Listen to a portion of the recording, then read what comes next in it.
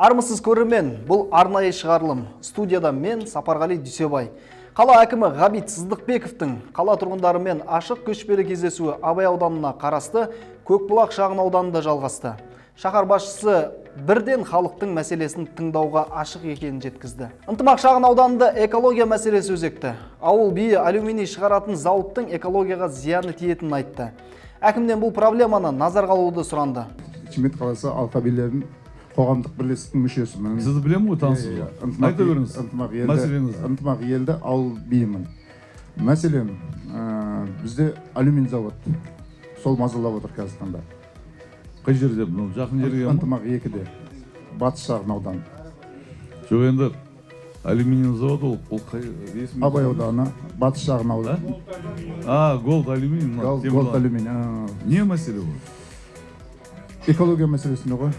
Жоқ, оны сіз алдында қазір есіме түсіндім. Алдында сіз көтергенсіз. Көтеріп жатырмыз. Десе де шаһар басшысы өндіріс орнының жұмысы тексерілгенін мәлімдеді. Нәтижесінде заң бұзушылық анықталмапты. Алайда тұрғынның өтінішін жерге қалдырмай, жауаптыларға тағы да мониторинг жүргізу қажеттігін айтып тапсырма берді. Қаламыздың экономикасы көтерілуіне білесіз ғой, инвесторлар керек бізге. Инвестиция келген сайын жұмыс орны, салығы бар, басқа бар. Бәрі біздің жаңа қаламыздың экономикасын алға жылжытуға үлесін қосады. Бірінші. Екінші, сол кезде тексергенбіз. Сестан бар ғой жігіттер? Тексеріп ішінге жоқ бұл жерде? Бәрін тексерген.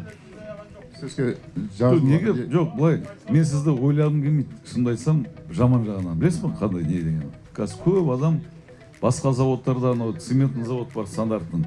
Сосын Шымкенттің бұрынғы цементный бар, басқа бар. Мен бәрімен өзім жеке айналыстым. Современный фильтр қойдырдым. Бәрібір адамдар бар, сөйтсем, сол адамдар көтереді, барып тиын-тебен сұрап жүреді екен. Ол да дұрыс емес қой. Мен сізді ойлағым келмейді сізді. Сол үшін былай справедливо болу үшін. СЭС-ның басшысы барып тексерген. Ол жерде ештеңе жоқ. Қауіпті адамдардың өміріне, болмаса басқа ауаны ластайтын ештеңе жоқ. Жарайды. Өзіңіз айтып Аға, өзіңіз білесіз ғой, мен сізге сіздің шағымыз, арыз шағымыздың ретінде бірнеше рет барған, біздің лаборатория шыққан. Мынау енді кез келген факт болмаса, тексеру тағайындалмайды прокуратура. Сондықтан біздің департамент мамандары, лаборатория мамандары барып анализ алған.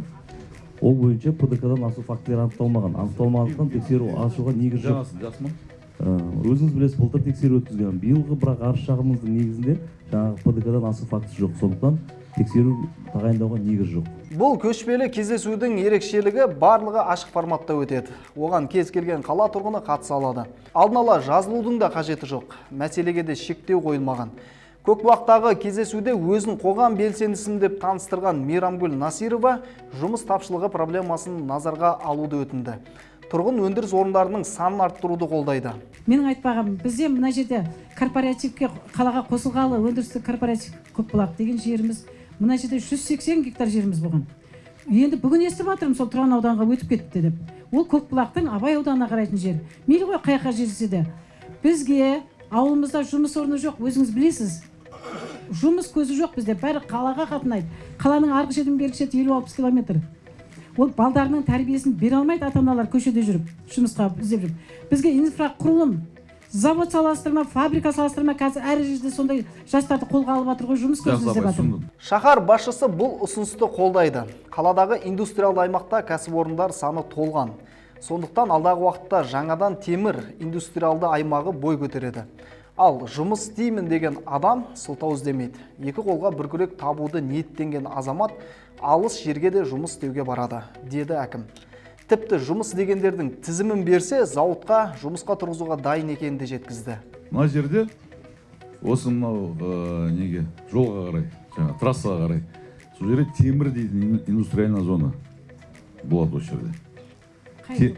Осы жерде мынау жаңадан салынған не бар ғой? Не базар бар ғой, базар шығардық қой. Алтын төбе.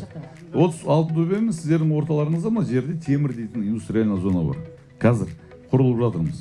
Жаңадан құрып жатырмыз. Осы жерге металлургический не түседі осы жерге. Сол жаққа ма? Түседі. Сосын мен жұмыс істеймін деген адамға қашықтық ештеңе емес. Ол дәл үйдің қасында болу шарт емес қой. Енді біз күн мына көру жеріміз үшін. пай үлесіміздегі жерлер ғой біздің кезінде. Жоқ, бұл жерде былай апай. Бос жер деген бәріне сала беруге болады деп ойлайсыз ғой, оны емес. Ол жерге инфраструктура керек, өзіңіз айтқан. Свет керек, газ керек, ондай мүмкіндік жоқ. Ол үшін созу керек бұл жаққа. Ол қыруар ақша, көп, миллиардтаған қаражат. Мына темірдің осы жерге барып жұмыс істейтін болады. Жұмыс істеймін деген адамға ол қашықтық не емес қой, преграда емес қой, былайша айтқанда. Сол ғой апай. Ол мысалы үшін жаңағы кола завод ашылды, бізде санаулы ғана балдар бар. Кола, Ол жұмыстың бәрі қаяқтан кетті? Жұмысшылар. Торгово-логистический центр, өзіңіз айтқан. Сол ТЛЦ. Ол жерде көп жұмыс. Істеймін деген бар ма адам? Беріңізші маған тізімін. Мен жұмысқа тұрғызып беремін. Иә. Бар ма, апай? Енді табылады осынша халықтың ішінен. Жоқ, апай, былай. Сіз нақты сұраққа нақты жауап беріп, мен сізге жауап беріп отырмын ғой. Сіз онда нақты или әшейін сұрақ қою үшін сұрақ қойып отырсыз ба? Онда былай. Маған тізім беріңіз, мен бәрін жұмысқа сол ТЛЦ-ға орналастырып беремін. Жарайды. Жақсы ма? Сол кола заводқа, ТЛЦ-ға бәріне ма? Апай, мен бір ренжитінім, мен асыра дейтіндер көп айтады ғой, қармақ бер дейді. Мен де соны сұрап отырмын сізге. Вот, апай, сізге рахмет, соны айтайын деп отырмын. Тізім беріңізші, ауылдан сұраңызшы бәрінен. Жұмыс істейтін, қайсысын жұмыс істейсің? Мен ТЛЦ, Кока-кола болсын, басқа болсын, уәде беремін. Жұмысқа қойып тұрғызып беремін. Рахмет. Ал зейнеткер ұстаз қала әкімінің жеке қабылдауына кіре алмай жүргенін алға тартты. Ғабит Сыздықбеков миллиондаған тұрғыны бар мегаполистің барлық азаматтарын қабылдауға үлгермейтінін түсіндірді. Ұсыныс мәселесі болса, 90 сайын өткізілетін көшпелі кездесуде тыңдауға дайынмын деді шаһар басшысы. Жиналған халықтың басым бөлігі әкімге мәселемен қатар алғысын да жаудырды. Бірінші Алла, екінші сіздерге рахмет, алғысымыз көп. Мына елдің 80-90% қазір жақсарып қалды, қазір Аллаға шүкір дейміз оғанда. Ауылда жолдардың бәрі салынып жатыр, бәрі дұрыс қой. Бәрі жақсы болды.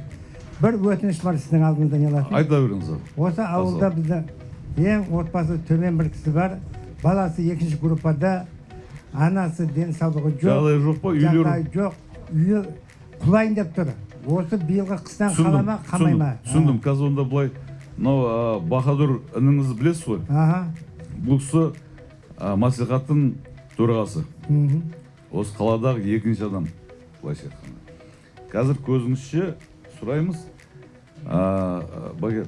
Депутаттардың бәрі бизнесмен ғой. Бір-екі депутатқа тапсырасыз онда, өзіңіздің онда өзіңізге қолыңызға алсаңыз, осы кісі онда барып көріп кейін не қылады, жақсы ма? Жақсы. Көкбұлақтағы кездесу соңы әдеттегідей ақсақалдың ақбатасымен аяқталды. Дендеріңізге саулық берсін, отбасыларыңызға амандық берсін. Құдайым қолдасын. Әрбір істеріңізге Алла тағала береке берсін. Мына халық алдында, ел алдында мәртебелеріңіз биік болып жүрсін, Құдай қаласа. Мына көк тудың астында мына жастарымыз өсіп еніп, Құдай қаласа солардың рахат қызын көруге біз сияқты қариялар Алла тағала нәсіп еткен болсын. Істеріңізге береке, дендеріңізге саулық берсін. Аллаху акбар. Түсірім тобымен тәуелсіздікке 20 жыл шағын ауданына келдік. Себебі әкімнің кезекті кездесуі дәл осы мекенжай бойынша өтті. Мұнда да шаһар басшысына мұң-мұқтажын айтуға асыққан Қараша бар. Елді мекендегі басты проблема қатарында жол, қоғамдық көлік, инфрақұрылым саласы да бар. Ендігі ең бір айтар кемшілігіміз осы біздің мына көшеміз өте тартымды. 2 автобус. Асығал, бірден айтайын, мен түсіндім. Бәрі құжат алған, ол үшін мемлекет мұқтажына алуымыз керек. Көп қаражат талап етеді. Қазір ондай қаражат бөле алмаймын, ренжімен асығал. Осы мен шыдай тұрайық, әйтеуір бір уақытысы келер. Бірінші басқа жыртықтарымыз жаман болайық. Основной жол бар, жарық бар, газымыз бар, канализация, содан кейін барып, бұндай уже жаңағы бұндай мәселелерге кейін келеміз. Бірақ қазір істей алмаймын асыл, режиміміз. Жақсы. Тағы бір мәселе. Халық әкімден шағын ауданда мемлекеттік меншіктегі мектептің жоқ екенін айтып шағымданды. Жаңа жекеменшік мектепке келетін болсақ, енді ауыл мұғалімдер естіп жатырмын да мен де. Мұғалімдер айтады, жекеменшікте мәселе жаздың күні қандай атпысына төленбейді екен. Мемлекеттің бақылауындағы мектеп, мемлекеттің бақылауындағы мектеп, Ғабит Мәмәшұлы сондайда. Одан кейін ол жақта мысалға білім сапасы төмен деп көптеген алдына қосымша корпуспен көрдіңіз ба? Жаңа естідіңіз, биыл бұзып, соны биыл бітіреміз деп уәде берді ме? Келесі жылы, бірақ келесі жылдан қалмау керек ол. Келесі жылы Кейінше Ғабит Абдынасұлы мақұл Келесі қалған мектепті. қалмау керек, Сол бітіріп бізге беру. дегенде осы мемлекеттің бақылауындағы жайлы мектеп керек қой негізінде. Жекеге қарсы емеспіз. Жайлы мектеп, апай, біз 10 елде жайлы мектеп салдық қала бойынша. Жайлы мектеп қазір салынбайды. Жұмыс келешегі болып қалады, Алла берсе. Мынау мектепті Олжас косметический ремонт и алдында үлкен асхана мен зал. Есіңізде ме көрдіңіз? Бұдан өзге медициналық орталық мәдениет сарайын салып беруді сұранды. Кездесуде бір аялдаманың қазіргі атауын жаңалап беруді де өтінгендер де болды. Нарқазан көшесі остановкасы деп айтып отыр ғой. Сол Нарқазан остановкасын өзгерту керек. Өзгерту керек ол. Өйткені біздің мешітіміз орталықта. Сол мешіт деп остановка қою керек. Бірінші мәселе. Атын ба? Атын. Нарқазан көшесін анауында айтылған бұл.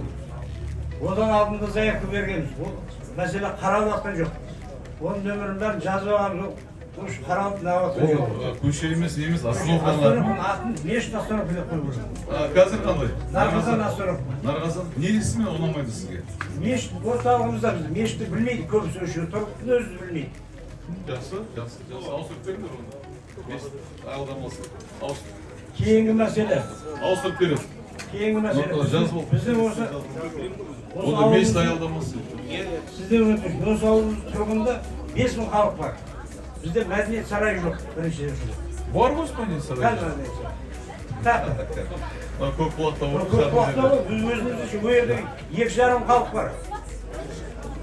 Сығал, біз салуға көбейтуге тырысамыз, көбейтіп жатырмыз.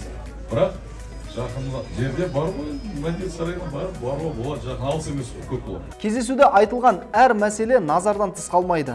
Тіпті кейбірі сол мезетте шешімін тапты. Халықтың көтерген мәселесі хаттамаға түзілді. Айта кетсек, мұндай көшпелі кездесу нәтижесінде халықтың бірқатар проблемасы шешіліп, шаһарымыз одан әрі дамитын болады. Сіздермен бірге болған мен Сапарғали Дүйсебай, келесі кездескенше аман сау болыңыздар.